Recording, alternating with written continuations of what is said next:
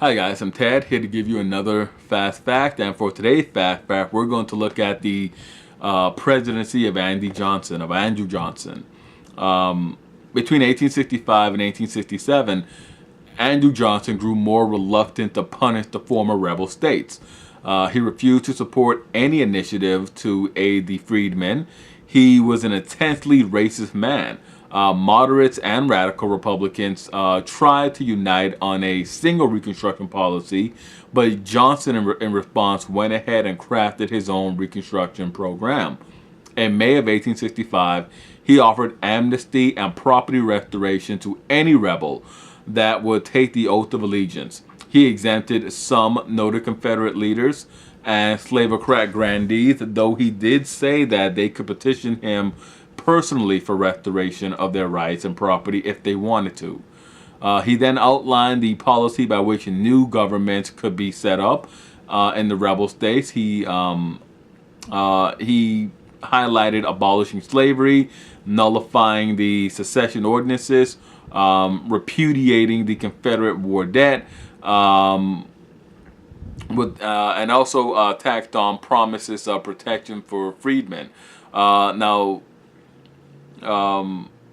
promises of protection for freedmen wasn't tacked on, and that incensed the radicals. But the Republicans and really Congress were powerless to act. The Congress that had been elected in 1864 had a 3-1 Republican majority, but they would not be seated until December of 1865. The Republicans were further enraged when some of the states refused to repudiate their secession ordinance. They continued to argue that secession had been legal. Others elected former Confederates to office. 2 states refused to ratify the 13th Amendment, and they all began to clamor for states' rights. Worst of all was the enactment of a series of black codes which restricted the movement and actions of the African American community in the former rebel states. The Freedmen's Bureau, which had been set up to aid in the transition of the freedmen and their families, were really unable to protect the community in many instances. And Johnson, while he was not pleased with the actions of these new state governments, he did little to try to stop them. He didn't do anything at all to stop them.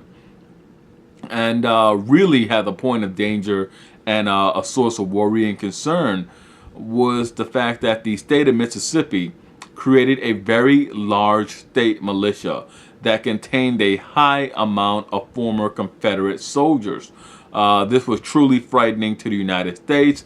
And then to just add fuel to the fire, Johnson pardoned 80% of the ex-Confederates who petitioned him for pardons. He was pleased by this.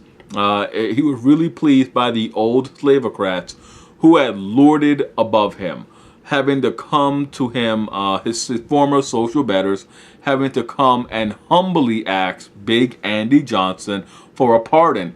He basked in his display of magnanimousness, generosity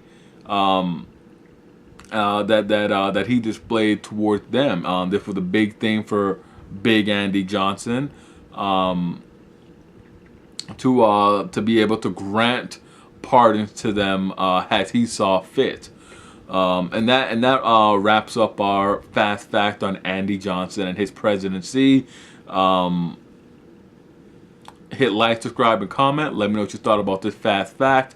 Let me know what you thought about the Johnson presidency and Reconstruction in general. As always, I am Ted, and I'll see you guys next time for another fast fact.